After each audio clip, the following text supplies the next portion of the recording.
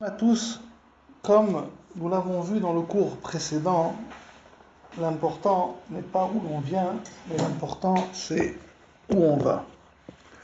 C'est ce qui ressort du premier enseignement du traité de Choulin.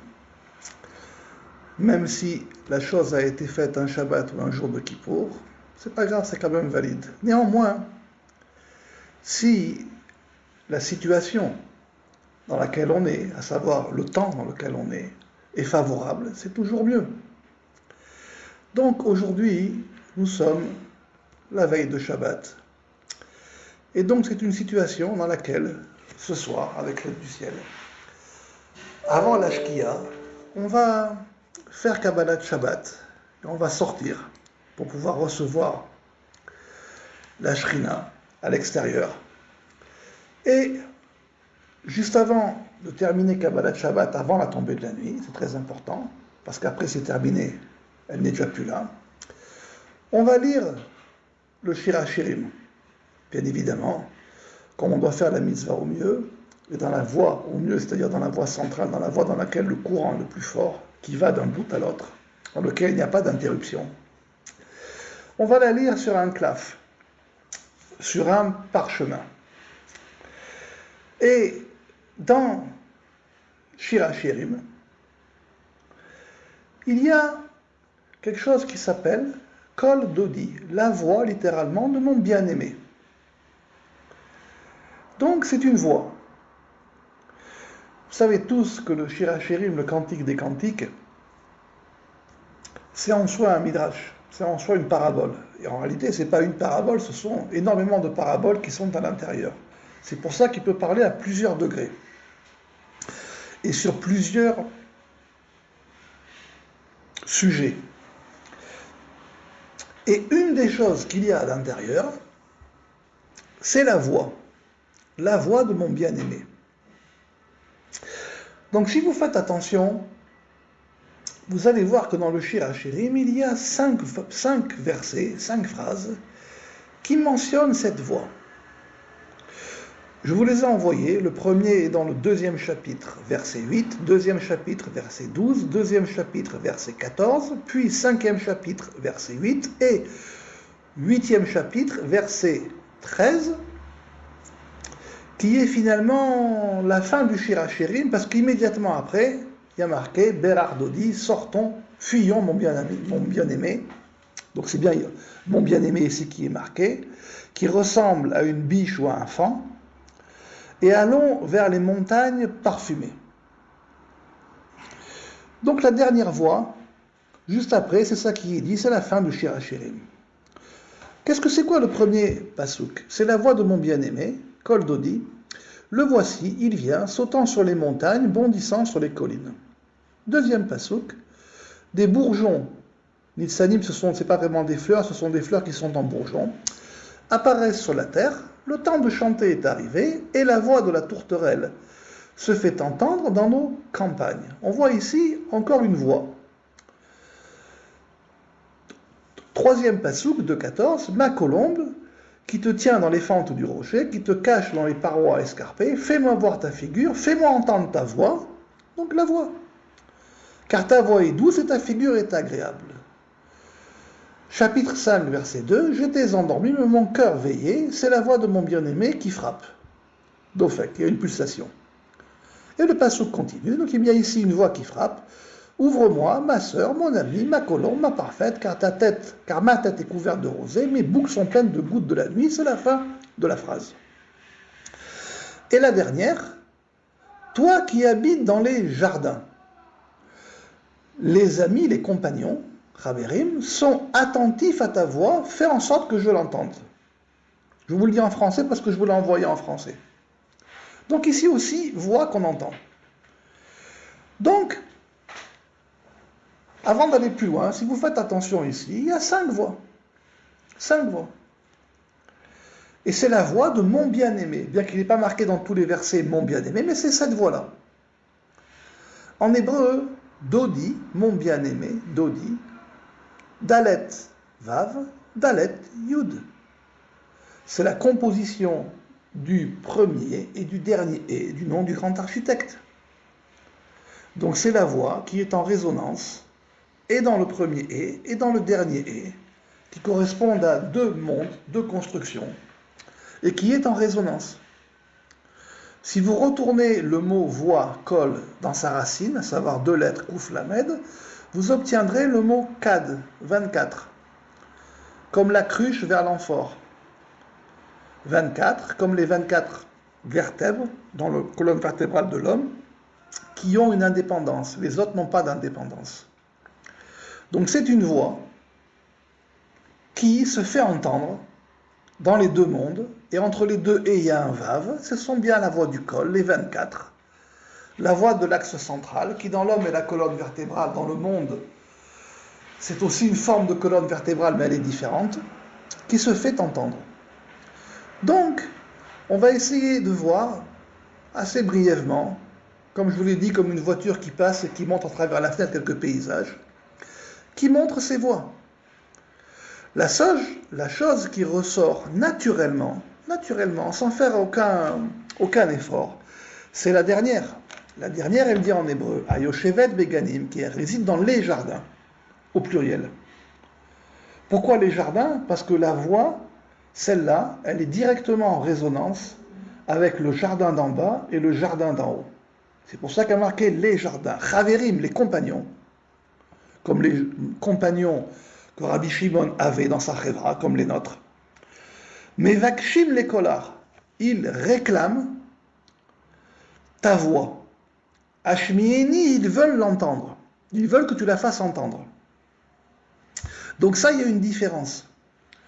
C'est qu'elle est assise au milieu du jardin, et elle est en résonance avec les deux jardins.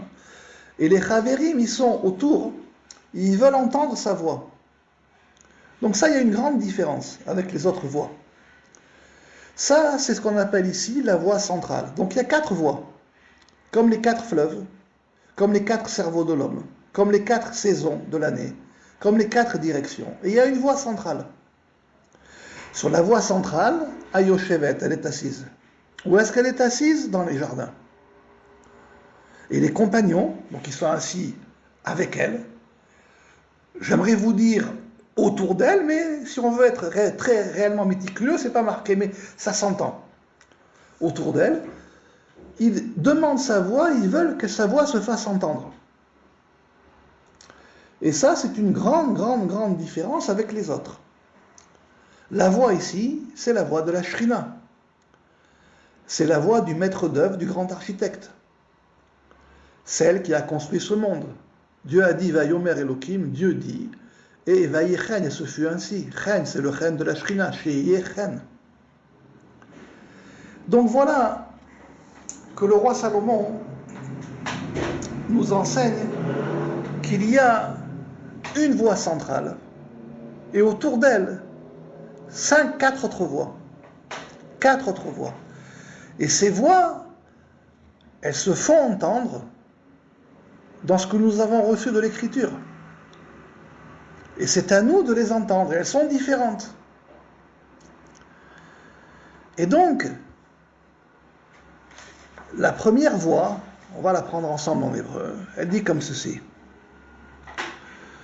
Kol dodi inezeba, la voix de mon bien-aimé, voici elle vient. Medaleg ala eharim mekabetz ala gevaot, sautant sur les montagnes et bondissant sur les collines. On peut traduire finalement comme on veut. En tout cas, il y a 2 notions.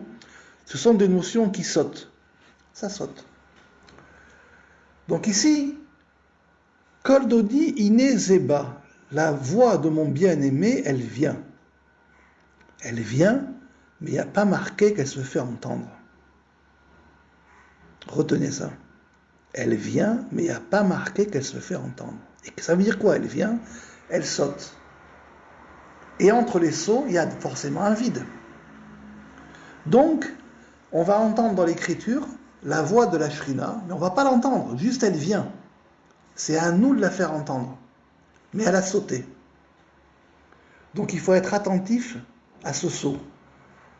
C'est cela que je ramènerai plus tard comme des harmoniques qui sautent sur une corde. Il faut faire attention. La majorité de l'oreille humaine n'entend pas les harmoniques, pourtant elles sont là. Quand vous faites entendre un son sur une corde, il y a le son qui sort et les harmoniques et les harmoniques du son.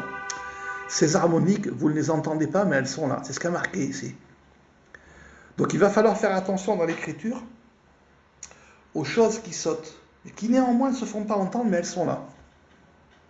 Et ça saute sur quoi? Ça saute sur des montagnes et sur des collines, sur déjà des choses qui sont, ça veut dire sur un axe très petit. Donc n'essayez pas de trouver des allusions dans l'écriture sur des choses très grandes et marquées très longtemps, mais des choses très petites. Et ça, il faut être assis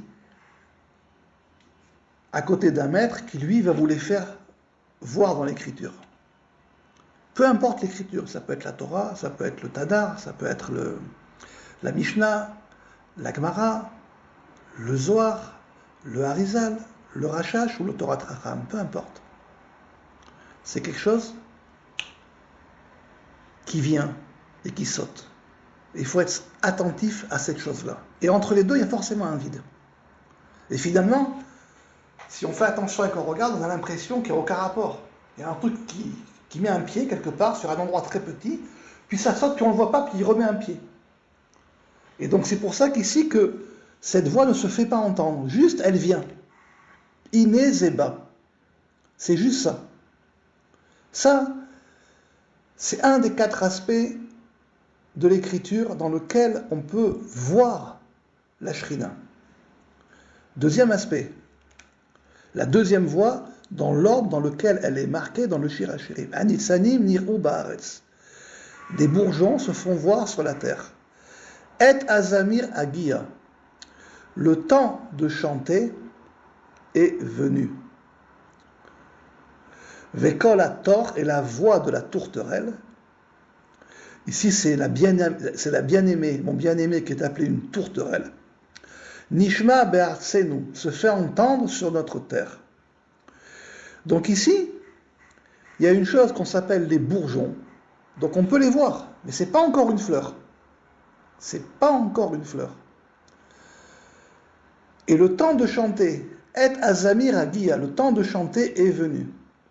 Le temps de chanter est venu. Ici, le mot employé, c'est azamir. Zamir, zerem, c'est le courant.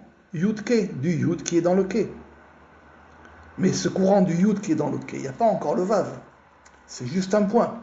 C'est pour ça qu'a marqué le temps est venu. On peut commencer à partir de ce point-là.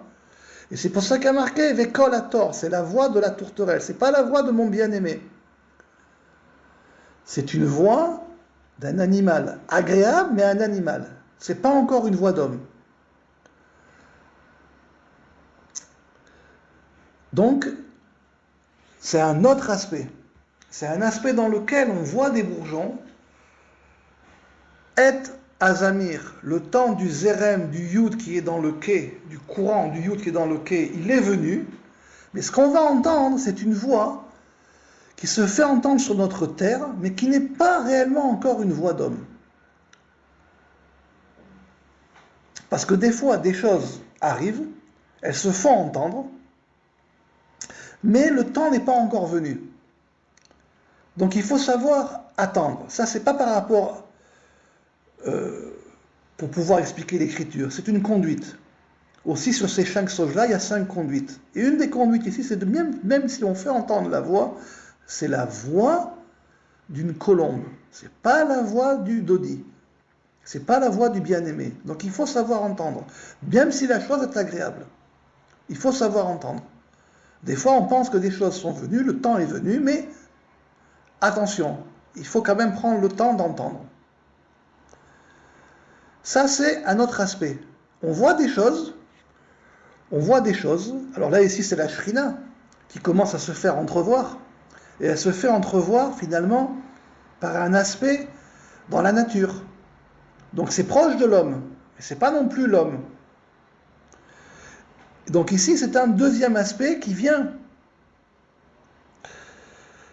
comment dirais-je, qui vient confirmer le premier, c'est un peu plus, ça saute pas, c'est quand même là, on peut faire des liens. Troisième aspect en hébreu, Yonati bechagve aselach, ma colombe, littéralement. Mais c'est un autre nom, c'est pas Thor ici, c'est Yonati. Bechagve Asela, littéralement dans les fentes du rocher. Beseter Amadrega, dans le secret ou dans le côté caché des degrés. Il traduit ici qui se tient dans les fentes du rocher, qui te cache dans les parois escarpées. Beseter Amadrega, dans les côtés cachés des degrés.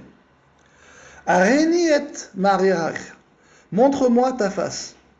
Ashmeni et kolar, fais-moi entendre ta voix. Ki kolar arev ou marir nae, car ta voix est douce et ton aspect est agréable. Donc ici, on va reprendre en français. Ma colombe qui se tient dans les fentes du rocher, qui se cache dans les parois escarpées. Il y a ici une notion de degré. Alors bien évidemment, les degrés, c'est ce qui va correspondre à l'échelle. Partout où vous verrez une échelle, que ce soit une échelle tonale, une échelle de degrés l'un après l'autre, une échelle bien évidemment, je sais ce que vous allez me dire, une échelle dans les séphirotes, et ainsi de suite, une échelle même dans les lettres, même dans l'ordre des lettres. Ce sont des échelles. C'est ce que le roi Salomon appelle ici Beseter Amadriga. Et si vous faites attention, il dit Yonati Bechagve Asela, ma colombe qui est dans les fentes du rocher, Beseter Amadriga, dans les secrets des degrés. Et bien qu'est-ce qu'il dit? Il dit Areni et Maharir, fais-moi voir ton visage. Ashmeni et Kola, fais-moi entendre ta voix. Donc deux choses, fais-moi voir, fais-moi entendre. Ki Kola Arev ou Maharir Yafé, parce que ta voix est douce et ton aspect est agréable. Ça veut dire que chaque fois qu'on vous parlera d'un degré, quel qu'il soit, ce degré-là, en réalité, ne nous apprend rien. C'est juste un moyen, parce qu'il faut faire Areni et Maria, fais-moi voir ton visage. Le fait d'avoir une chose en degré, quelle que soit la chose, en soi, ça ne nous apprend rien. Il faut faire sortir quelque chose des degrés. Ce n'est pas les degrés en soi. C'est ce qu'a marqué ici, je vais vous le dire en français. Fais-moi voir ta figure. Fais-moi entendre ta voix. Donc il y a deux choses. Je veux voir l'aspect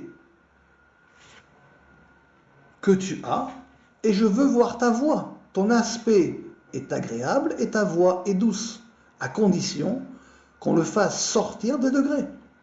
Si on reste bloqué dans les degrés, on reste bloqué à l'intérieur d'un rocher. Ce n'est pas ce qui est dit ici. Donc chaque fois que le texte va employer des degrés, ce qui compte, ce ne sont pas les degrés, c'est ce que l'on va pouvoir en faire sortir. Néanmoins, les degrés sont là. Mais, ici, le roi Salomon a usé une parabole pour montrer que les degrés, bien qu'on les voit, lui, il les met dans les fentes d'un rocher. Ce qui veut dire, c'est comme si finalement, dans ces degrés, on ne peut rien voir, les degrés. Ce qui compte, c'est ce qu'on va en faire sortir. Donc ça, c'est un autre aspect. Ensuite, quatrième aspect, qui dit comme ceci, Ani Yeshane Velibi Er, je suis endormi, mais mon cœur est réveillé. Kol Dodi Dofek, c'est la voix de mon bien-aimé qui frappe. Donc ici, on voit réellement la voix du bien-aimé. Dofek, c'est ce qu'on appelle la pulsation. Dans notre cours, je vous ai dit qu'il y a une pulsation dans toute chose. Physiquement, c'est comme un cœur qui bat.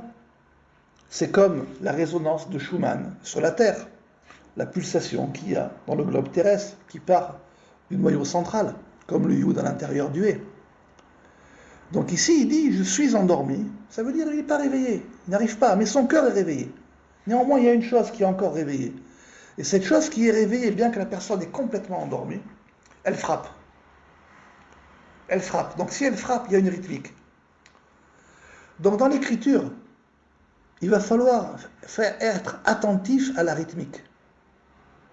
La rythmique de l'écriture. Où est la rythmique de l'écriture? C'est ça qui a marqué ici. Ouvre-moi. Ça veut dire, il faut maintenant, cette rythmique-là, la laisser ouvrir, la laisser rentrer. Mon ami, ma colombe, ma parfaite. Il va falloir la laisser rentrer.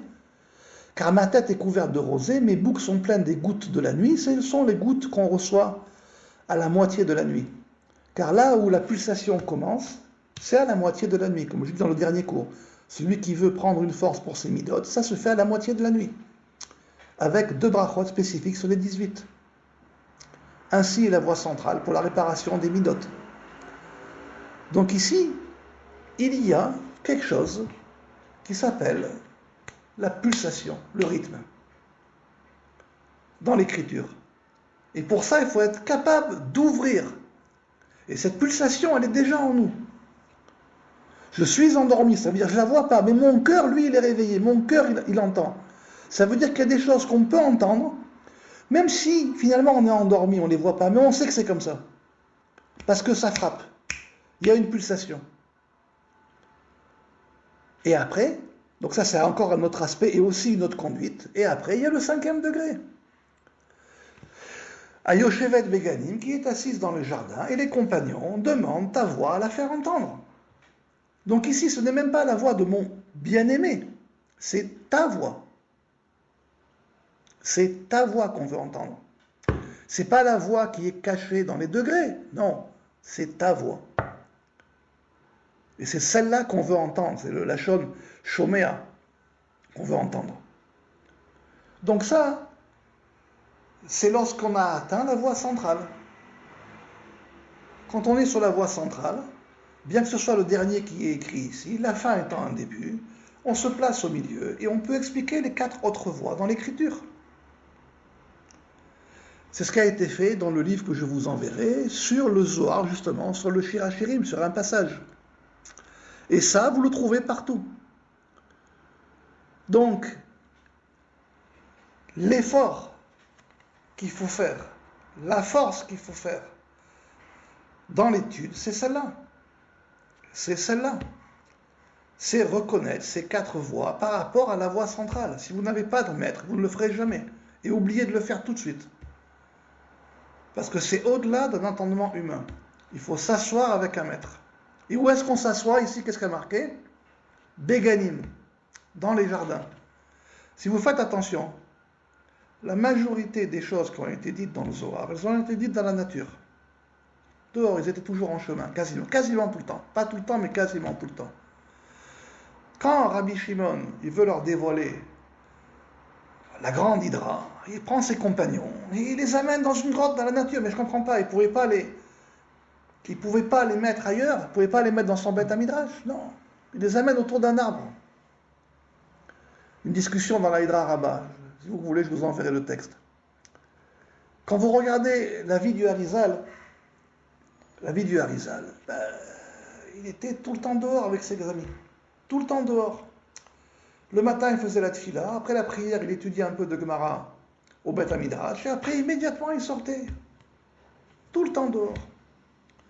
Quand vous regardez la vie du Rashash, il était tout le temps au Beth Midrash. Sauf à la fin de sa vie, parce qu'il a dit, je vais mourir.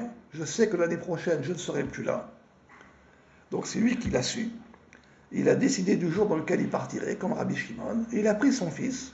Il lui a dit, il faut que je t'enseigne des choses. Et il l'a pris 3 jours et 3 nuits dans le désert. En réalité, il aurait pu la mettre dans le Beth Midrash. Il a passé sa vie dans le Beth Midrash. Non. Parce que ce qu'il avait à lui enseigner, ça ne s'apprend pas dans des livres. Voilà ce qu'il faut retenir de cette histoire. Il y a des choses qui s'apprennent dans des livres. Et il y a des choses qui ne s'apprennent pas dans des livres. Il faut les deux. C'est ça que le Rashash a fait. Et le Torah Tracham, lui, la même chose.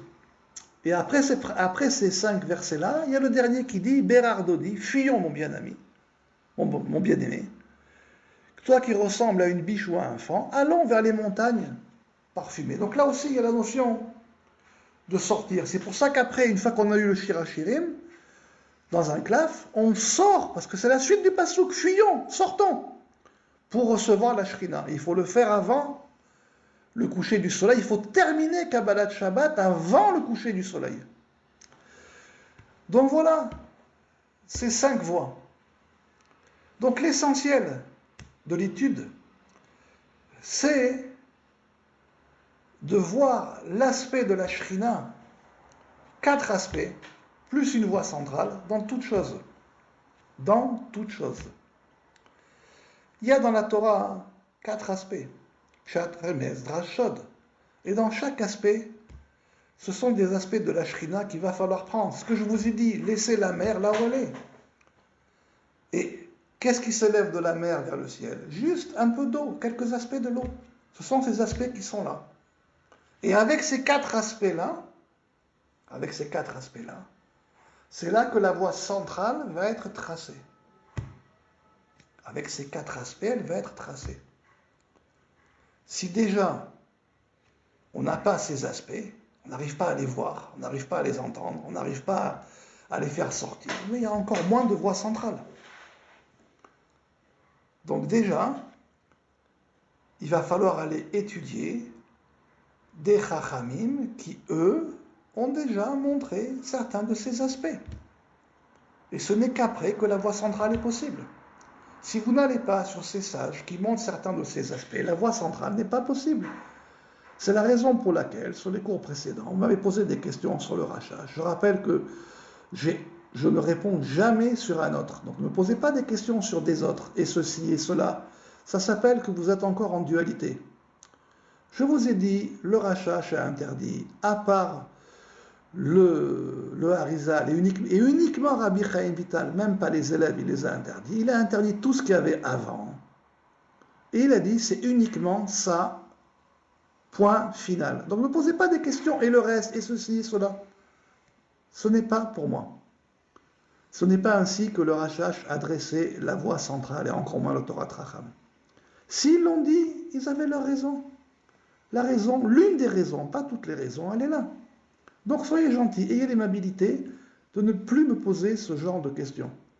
Moi, je suis sur cette voie centrale. Donc, sur cette voie centrale, les voies parallèles ou périphériques, appelez-les comme vous voulez, ne m'intéressent absolument pas. Tout ce qui compte, c'est d'être sur une voie avec des chachamim qui ont montré ces aspects. Et ces aspects, si vous prenez par exemple un texte, quel qu'il soit, une révélation, quel qu'il soit, sont peu nombreux. On va les reprendre. C'est la voix de mon bien-aimé qui saute. Mais c'est combien de pas par rapport à la distance parcourue? Qui mate presque rien.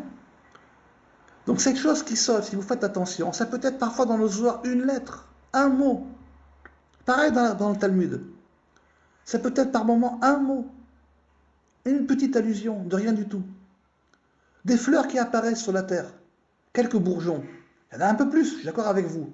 Mais néanmoins, ce n'est pas la masse de l'arbre, ce n'est pas la masse du champ. Le champ, c'est HAMP. Ma colombe qui se tient dans les fentes du rocher, dans les parois escarpées, fais-moi voir ta figure. Mais là aussi, il faudrait-il être capable de laisser les degrés et d'en faire sortir quelque chose qui ne sont pas les degrés, qui sont autre chose. Fais-moi voir, fais-moi entendre. Ça doit être doux et agréable. Là aussi, par rapport à l'ensemble des degrés, ce que l'on va voir, c'est autre chose. Le dernier, j'étais endormi, mon cœur est réveillé. C'est la voix qui frappe, c'est la pulsation. Mais cette pulsation dans un corps, on ne le sent pas, on ne le voit pas. Il est là, mais on ne le voit pas. Vous entendez la résonance de Schumann, vous entendez la terre frapper, absolument pas.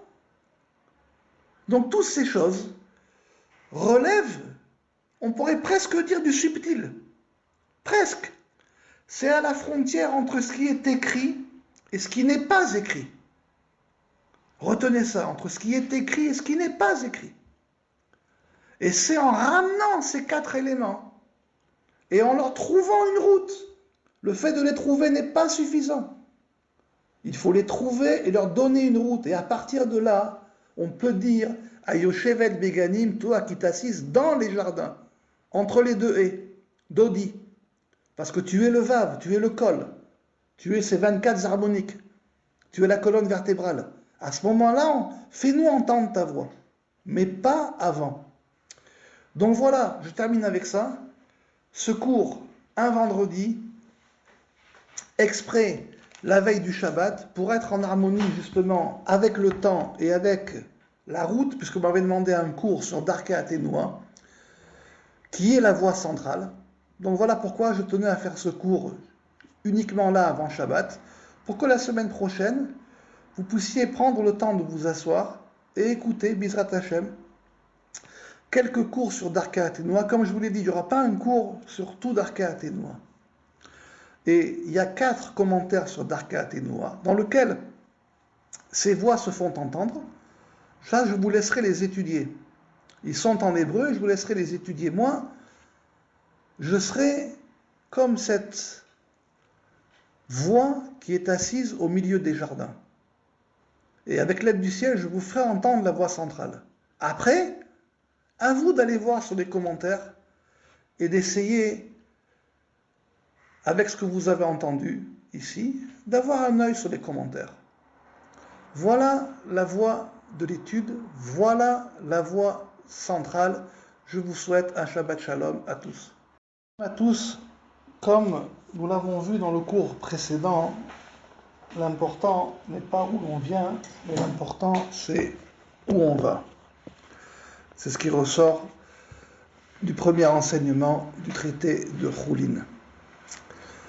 Même si la chose a été faite un Shabbat ou un jour de Kippour, c'est pas grave, c'est quand même valide. Néanmoins, si la situation dans laquelle on est, à savoir le temps dans lequel on est favorable, c'est toujours mieux. Donc aujourd'hui, nous sommes la veille de Shabbat. Et donc c'est une situation dans laquelle, ce soir, avec l'aide du ciel, avant la Shkia, on va faire Kabbalat Shabbat, et on va sortir pour pouvoir recevoir la Shrina à l'extérieur. Et juste avant de terminer Kabbalat Shabbat, avant la tombée de la nuit, c'est très important, parce qu'après c'est terminé, elle n'est déjà plus là, on va lire le Shir HaShirim, bien évidemment, comme on doit faire la mitzvah au mieux, et dans la voie au mieux, c'est-à-dire dans la voie centrale, dans la voie dans laquelle le courant est le plus fort, qui va d'un bout à l'autre, dans lequel il n'y a pas d'interruption. On va la lire sur un claf, sur un parchemin. Et dans